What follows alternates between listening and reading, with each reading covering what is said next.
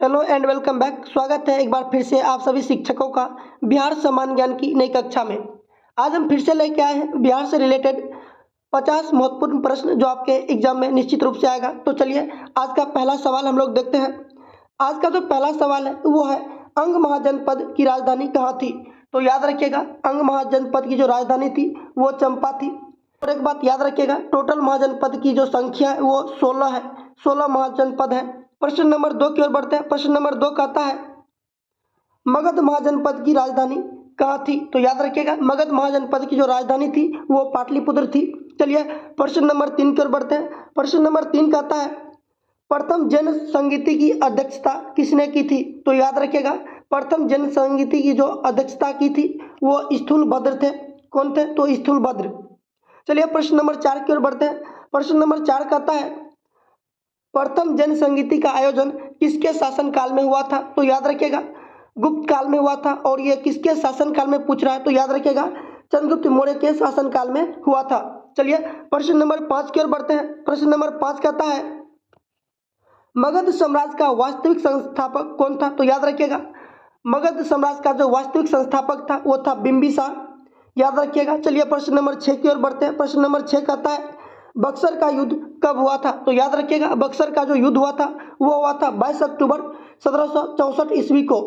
चलिए प्रश्न नंबर 7 की ओर बढ़ते हैं। प्रश्न नंबर 7 कहता है बिहार में 1857 के विद्रोह का नेतृत्व किसने किया था। तो याद रखिएगा 1857 का जो क्रांति का नेतृत्व किया था वो क्या था? कुंवर सिंह। कौन किया था? तो कुंवर सिंह किया था। चलिए प्रश्न नंबर 8 की ओर बढ़ते हैं। प्रश्न नंबर 8 कहता है बिहार प्रांतीय सम्मेलन का 7वां अधिवेशन 3 अप्रैल 1915 ईस्वी को कहाँ हुआ था। तो याद रखिएगा छपरा में हुआ था। और 7वां अधिवेशन पूछ रहा है तो कहाँ हुआ था। तो बताना है आपको छपरा में हुआ था। और कब हुआ था? तो याद रखिएगा 3 अप्रैल 1915 ईस्वी को। चलिए प्रश्न नंबर 9 की ओर बढ़ते हैं। प्रश्न नंबर 9 कहता है बिहार स्टूडेंट कॉन्फ्रेंस की स्थापना कब हुई थी। तो याद रखिएगा बिहार स्टूडेंट कॉन्फ्रेंस की जो स्थापना हुई थी वो क्या गया था 1906 ईस्वी को। चलिए प्रश्न नंबर 10 की ओर बढ़ते हैं। प्रश्न नंबर 10 कहता है बिहार टाइम्स नामक पत्र का प्रकाशन कब आरंभ हुआ था। तो याद रखिएगा बिहार टाइम्स नाम का जो पत्र था उसको आरंभ किया गया था 1894 ईस्वी को। चलिए प्रश्न नंबर 11 की ओर बढ़ते हैं। प्रश्न नंबर 11 कहता है बिहार टाइम्स का नाम बदलकर बिहारी कब रखा गया था। तो याद रखिएगा बिहार टाइम्स का नाम बदलकर बिहारी जो रखा गया था वो रखा गया था 1906 ईस्वी में। और बिहारी के संस्थापक कौन थे? तो याद रखिएगा महेश बाबू। चलिए प्रश्न नंबर 12 की ओर बढ़ते हैं। प्रश्न नंबर 12 कहता है बिहारी हीरालाल के संस्थापक कौन थे। तो याद रखिएगा बिहारी हीरालाल के जो संस्थापक थे वो थे गुरु प्रसाद सेन। कौन थे? तो गुरु प्रसाद सेन थे। चलिए प्रश्न नंबर 13 की ओर बढ़ते हैं। प्रश्न नंबर 13 कहता है बिहार छात्र सम्मेलन कहाँ हुआ था। बिहार छात्र सम्मेलन कहाँ हुआ था। तो याद रखिएगा पटना में हुआ था। और ये पटना जो है किसकी राजधानी है। तो याद रखिएगा बिहार की राजधानी है। और बिहार में सबसे बड़ी नदी कौन सी है। तो याद रखिएगा गंगा नदी है जिसकी लंबाई 445 किलोमीटर है। चलिए प्रश्न नंबर 14 की ओर बढ़ते हैं। प्रश्न नंबर 14 कहता है भारतीय राष्ट्रीय कांग्रेस का 1912 में अधिवेशन कहाँ हुआ था। तो याद रखिएगा भारतीय राष्ट्रीय कांग्रेस का जो 1912 में अधिवेशन हुआ था वो हुआ था बांकीपुर पटना में। चलिए प्रश्न नंबर 15 की ओर बढ़ते हैं। प्रश्न नंबर 15 कहता है भारतीय राष्ट्रीय कांग्रेस के 1912 के बांकीपुर अधिवेशन की अध्यक्षता किसने की थी। तो याद रखिएगा बांकीपुर अधिवेशन की जो अध्यक्षता की थी वो क्या था?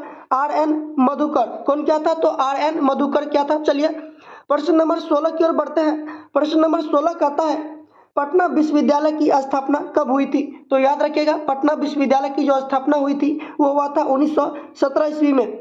चलिए प्रश्न नंबर 17 की ओर बढ़ते हैं। प्रश्न नंबर 17 कहता है बिहार प्रदेश कांग्रेस कमेटी का गठन किस वर्ष हुआ था। तो याद रखिएगा बिहार प्रदेश कांग्रेस कमेटी का जो गठन हुआ था वो हुआ था 1908 ईस्वी में। चलिए प्रश्न नंबर 18 की ओर बढ़ते हैं।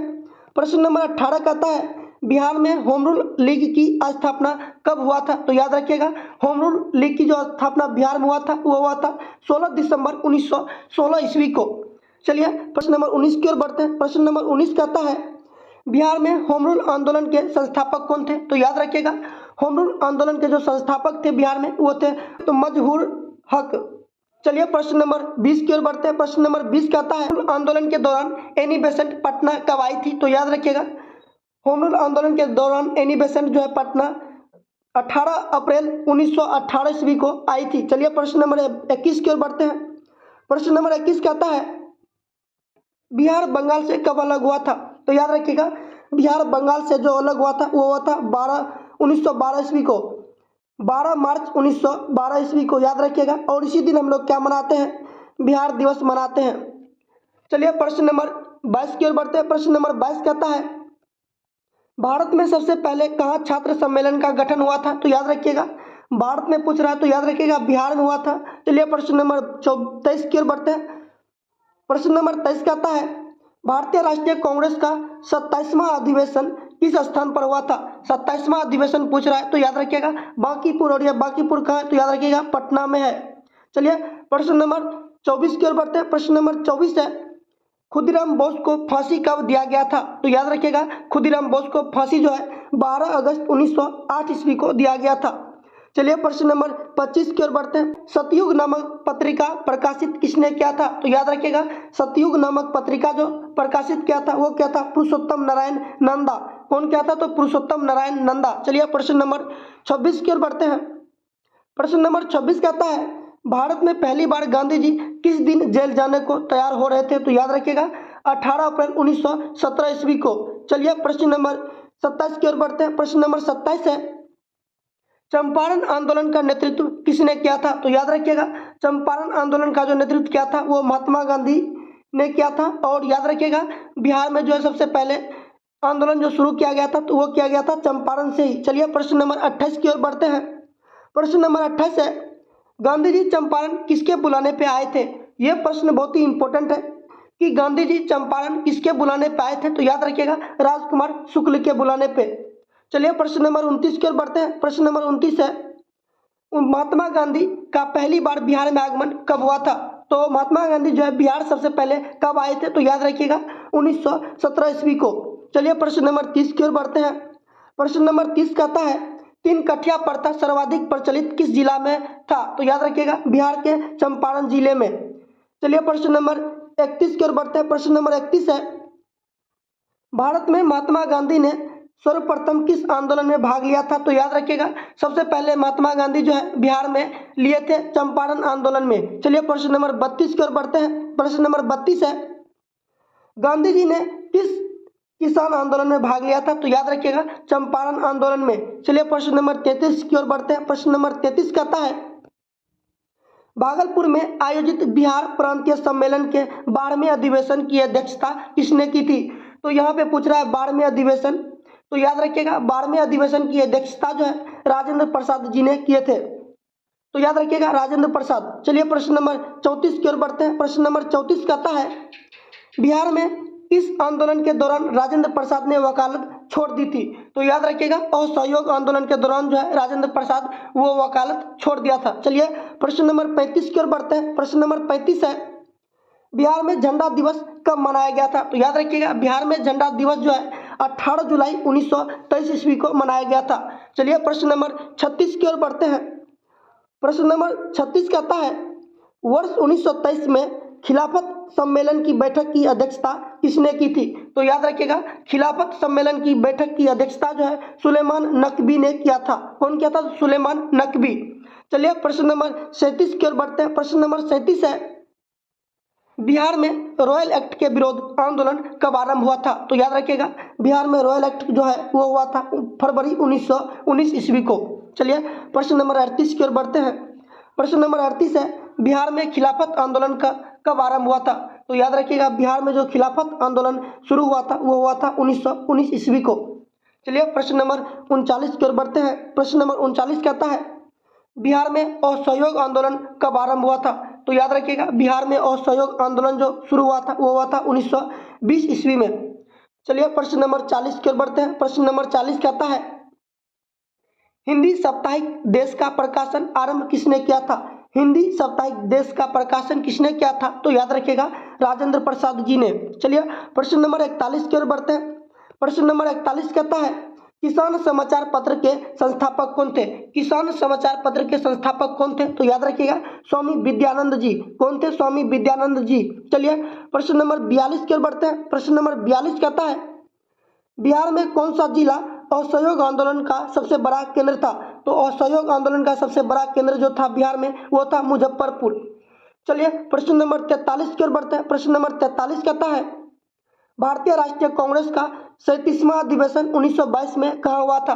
तो याद रखिएगा गया में हुआ था 37वां अधिवेशन। और ये कब हुआ था? तो याद रखिएगा 1922 में।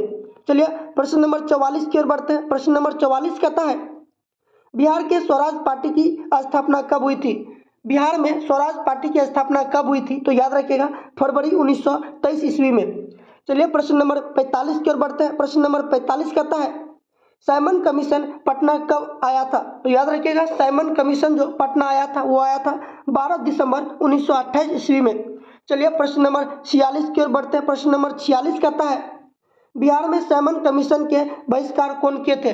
बिहार में जो है साइमन कमीशन का बहिष्कार कौन किया था? तो याद रखिएगा देवकी नंदन। कौन किया था? तो देवकी नंदन। ये भी प्रश्न जो है बहुत ही इंपॉर्टेंट है। चलिए प्रश्न नंबर 47 की ओर बढ़ते हैं। प्रश्न नंबर 47 कहता है भगत सिंह बिहार कब आए थे? भगत सिंह जो है बिहार कब आए थे? तो याद रखिएगा भगत सिंह बिहार 1928 में आए थे। चलिए प्रश्न नंबर 48 की ओर बढ़ते हैं। 48 है बिहार युवक संघ की स्थापना कब हुआ था? तो याद रखिएगा बिहार युवक संघ की स्थापना जो हुआ था वो हुआ था 1928 ईस्वी में। चलिए प्रश्न नंबर 49 की ओर बढ़ते हैं। प्रश्न नंबर 49 है पटना युवक संघ की स्थापना कब हुई थी? तो याद रखिएगा पटना युवक संघ की स्थापना 1927 ईस्वी में हुआ था। चलिए प्रश्न नंबर 50 की ओर बढ़ते हैं। तो 50 कह रहा है प्रश्न बिहार में गया षड्यंत्र केस क्रांतिकारी घटना कब घटी थी? तो याद रखिएगा बिहार में गया षड्यंत्र केस जो है वो घटा था जनवरी 1933 ईस्वी में। तो ये था महत्वपूर्ण 50 प्रश्न जो आपके बीपीएससी टीचर में निश्चित रूप से आएगा। तो ये वीडियो आप लोगों को कैसा लगा? अगर वीडियो आप लोगों को अच्छा लगा तो प्लीज़ एक सब्सक्राइब जरूर कीजिएगा। फिर मिलते हैं एक नई वीडियो के साथ, तब तक के लिए जय हिंद।